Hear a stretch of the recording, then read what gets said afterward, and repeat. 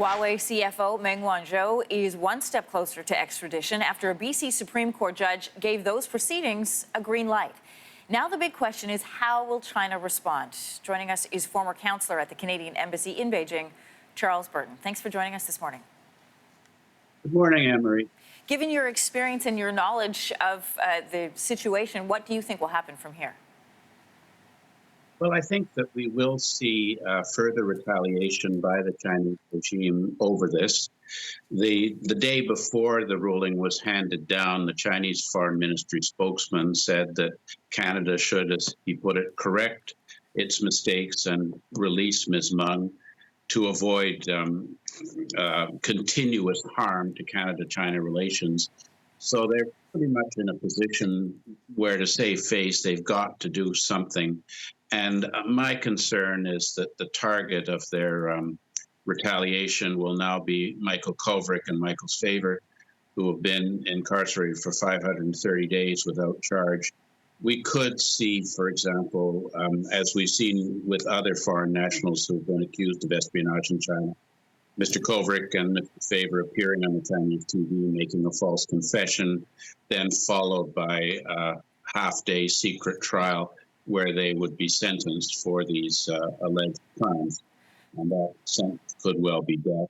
So that would be, a possibility that I hope won't occur. There are other areas in which they could retaliate. They could limit tourism into Canada, not actually a big issue now with COVID-19, Right. or restrict Chinese students from enrolling in Canadian universities. They've done that with other.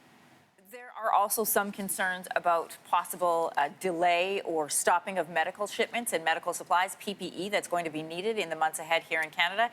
Do you see that as a possible retaliation? Yes, I mean, the Chinese government has used the coronavirus to further its political agenda throughout the world. And so, unfortunately, one can't see it as being beyond the Chinese regime to come up with some excuse for not getting the PPE to us, and that could then lead to more unnecessary loss of life due to this disease. So, the situation in Canada-China relations is probably about as dark as one could imagine, and it seems that almost anything is conceivable under these circumstances.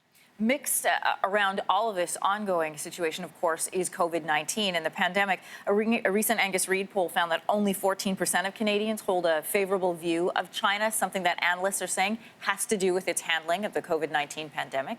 Why, in your opinion, would China be continuing to play a hardball approach?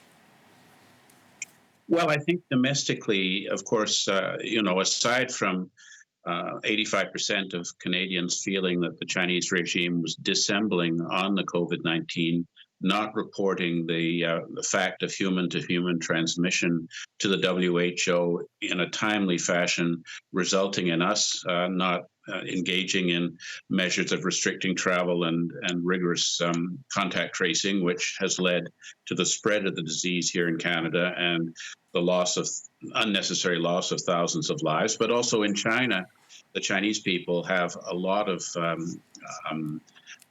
reservations about how their government has managed this. So by focusing on external matters and raising Chinese nationalism in foreign affairs, it does deflect the attention of the Chinese public away from their concern that their government has not handled COVID-19 well, which has resulted in enormous economic and loss of life. So China has also shown much more aggression, not only with regard to Canada and the United States, but India and Taiwan.